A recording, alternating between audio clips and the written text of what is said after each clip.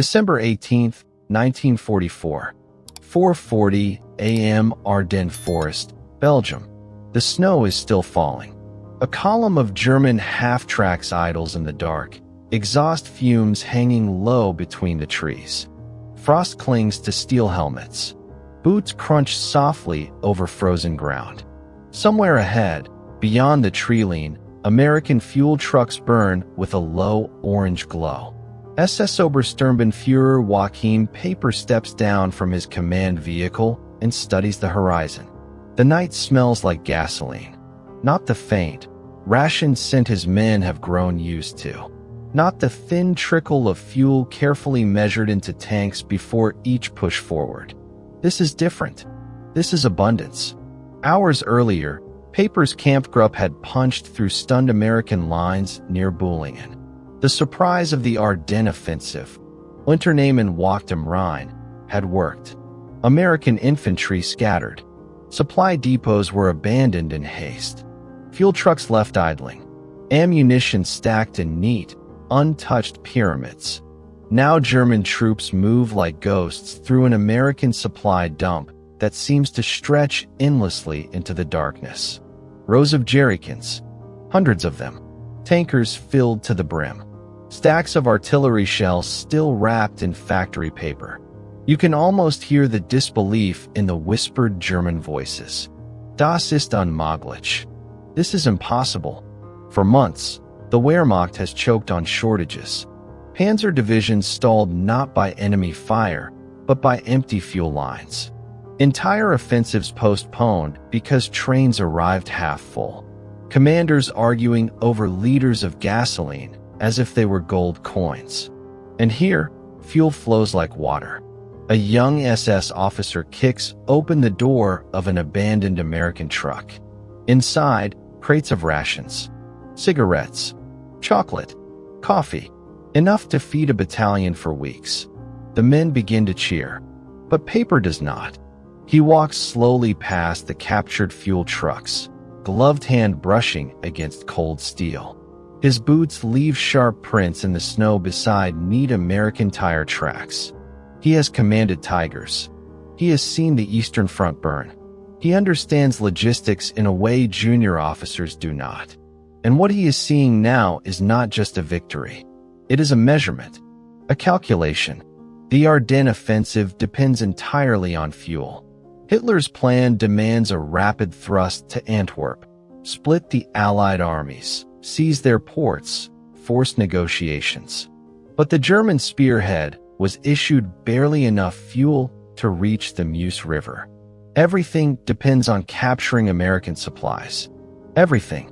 Paper stops beside a massive fuel tanker and looks at the numbers stenciled along its side. He runs the math in his head. Even if his entire Kampfgruppe fills every tank, every reserve drum, it will barely be enough to keep the advance alive. And this is just one American dump. How many more like it exist behind Allied lines? How many refineries feed this machine?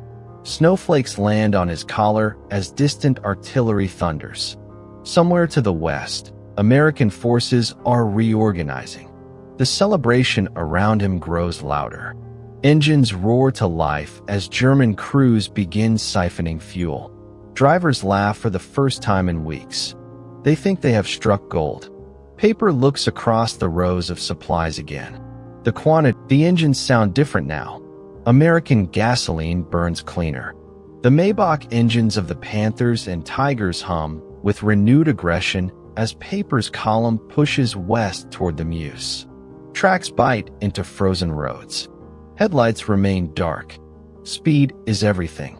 For the first time since the offensive began, the advance feels alive. American road signs flash past in the half-light of dawn. Abandoned jeeps sit crooked in ditches. Frozen bodies lie where they fell. The element of surprise still lingers, but it is thinning.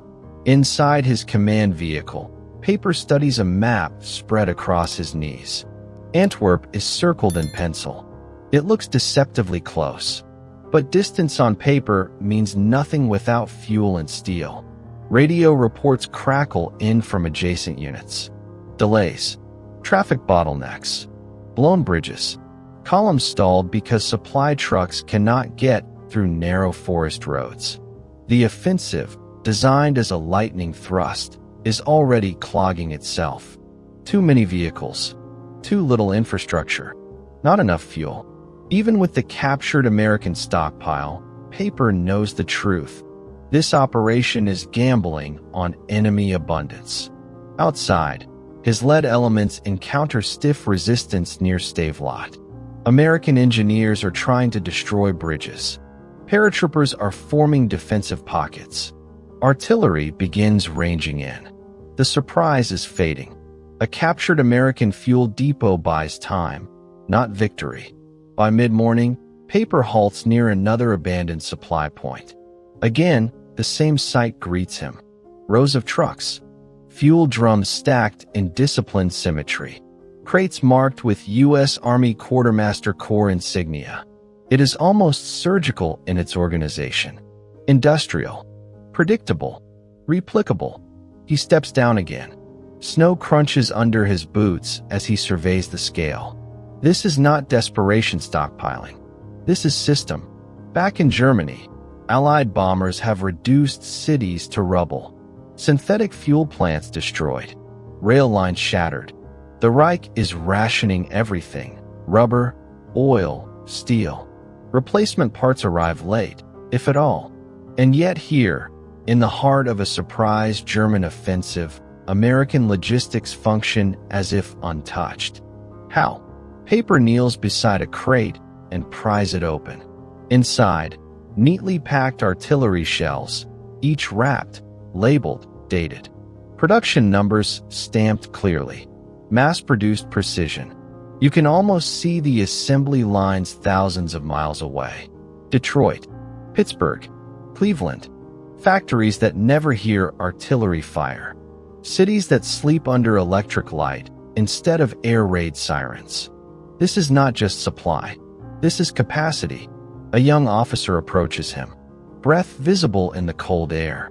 Herr Obersturmbannführer, with this fuel we can reach the Meuse by tomorrow. Paper does not answer immediately. He looks at the map again in his mind. Then at the trucks. Then west. Reach the Meuse, and then what? Even if they cross it, even if by some miracle Antwerp falls, can Germany sustain it? Hold it? Feed it? Defend it against a nation that replaces entire divisions faster than the Reich replaces battalions? He rises slowly. Take only what we can carry. Burn the rest. The order surprises his officers. But he understands something they do not. This fuel is oxygen. And oxygen left behind will feed the enemy's counterattack. As German soldiers set American stockpiles ablaze, black smoke coils upward through the Ardennes canopy. Flames roar. Barrels explode. It is a tactical decision. But emotionally, it feels like something else. They are burning proof. Proof that the enemy they are trying to break is bigger than they imagined. By afternoon, reports worsen. American armored units are moving fast from the north and south. The skies, once gray and silent, are beginning to clear. If the weather lifts, Allied air power will descend with merciless precision. The gamble was built on speed and shock. Speed is faltering. Shock is fading. And as Paper's column pushes deeper into Belgium, fuel gauges already begin to dip again. The captured abundance is shrinking into numbers. Numbers into calculations. Calculations into doubt. He stares westward once more. For the first time since the offensive began, the objective does not feel bold. It feels unreachable. And somewhere beneath the roar of engines and artillery, a quieter thought forms. What if this offensive isn't Germany's salvation, but its final expenditure? By December 20th, the snow has hardened into ice. Paper's column is no longer advancing. It is threading itself through resistance. Stavelot burns behind them. American engineers have destroyed key bridges. Traffic jams choke narrow Ardennes roads as tanks, half-tracks, and supply vehicles grind into each other in frozen bottlenecks. Engines idle. Fuel drains. Time evaporates. Inside his command vehicle, Paper listens to the radio in silence. Other units are reporting shortages again. Shortages, after seizing thousands of gallons just days earlier. That is when it becomes clear. The captured fuel was never surplus. It was routine. Routine for an army that consumes oceans of gasoline daily and barely notices the loss. Paper orders his quartermasters to calculate precisely what remains. The figures come back cold and clinical. At current burn rates, even with captured stocks, his spearhead cannot sustain continuous movement beyond another major engagement. Not without another miracle. Outside, German mechanics siphon the last usable gasoline from abandoned American tankers. Drivers scrape frost from windshields with numb fingers. Crews ration engine idle time down to minutes. Every leader is debated. Meanwhile, American artillery begins landing with increasing accuracy. The U.S. Army is stabilizing the front faster than German intelligence predicted. Reserve divisions are arriving by truck convoys that seem endless.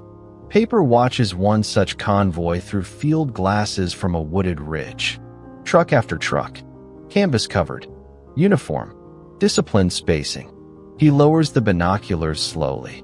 It isn't just the quantity. It's the rhythm. There is no panic in the American response. No frantic improvisation. Just system feeding system. He has seen the opposite on the Eastern Front. Soviet chaos turned into brute force by sheer manpower. But this is industrial calm under pressure. A staff officer approaches him with another update. The Luftwaffe cannot provide sustained air cover. Fuel shortages back home have grounded squadrons. Allied fighters will return as soon as the weather clears. Paper nods once. The offensive was designed as a lightning strike.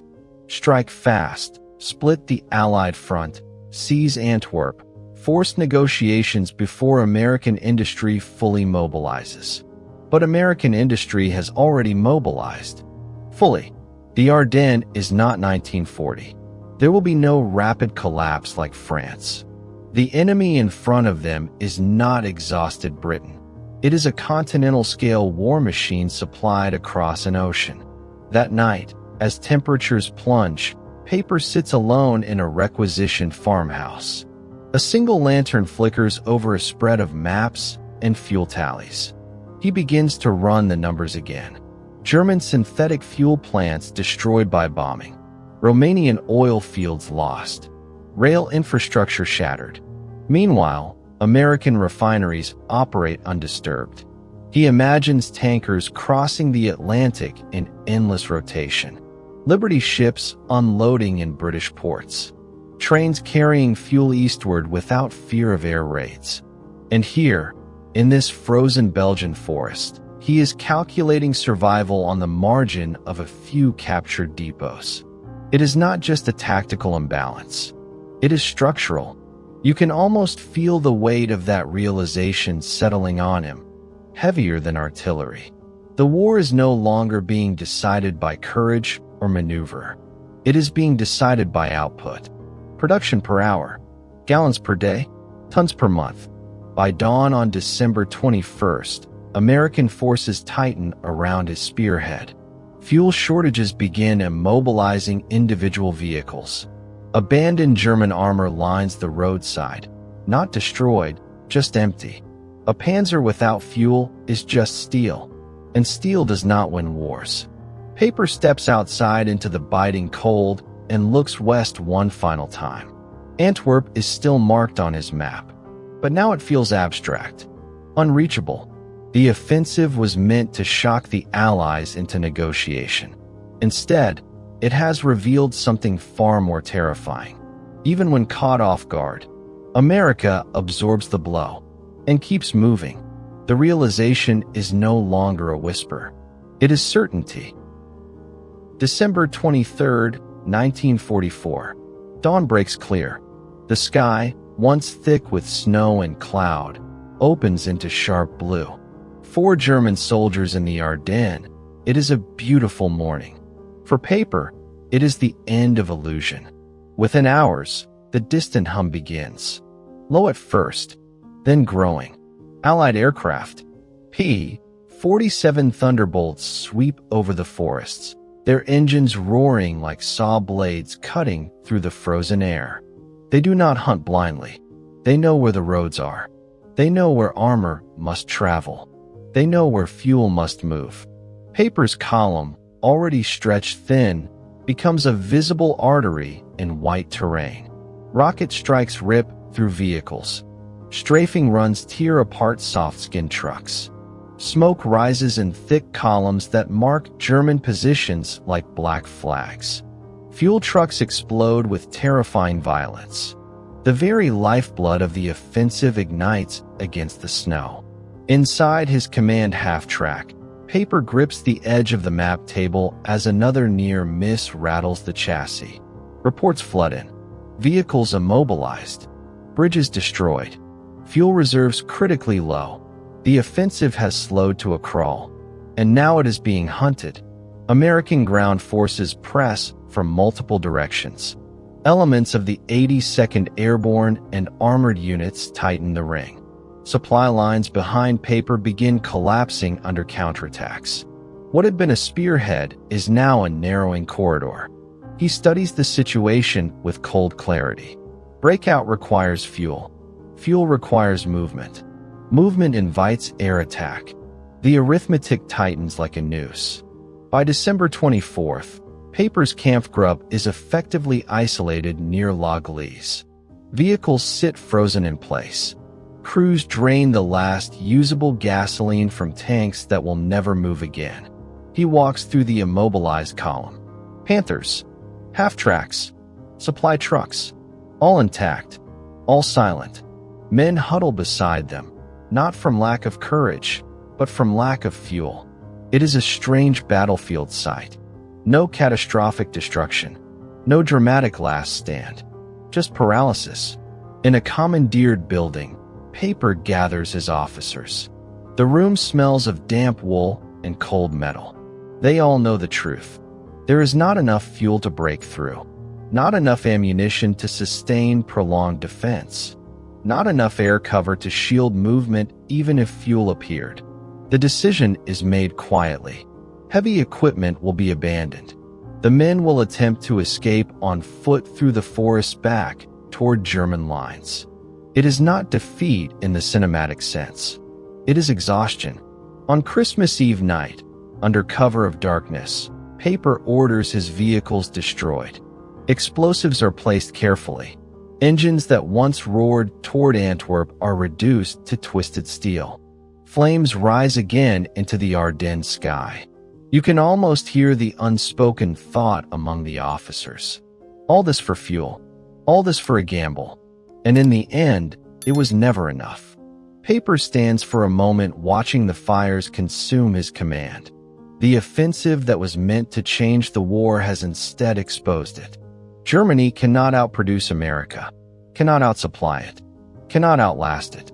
The Ardennes was supposed to be a bold stroke, one final shock to fracture Allied resolve. Instead, it has revealed the opposite.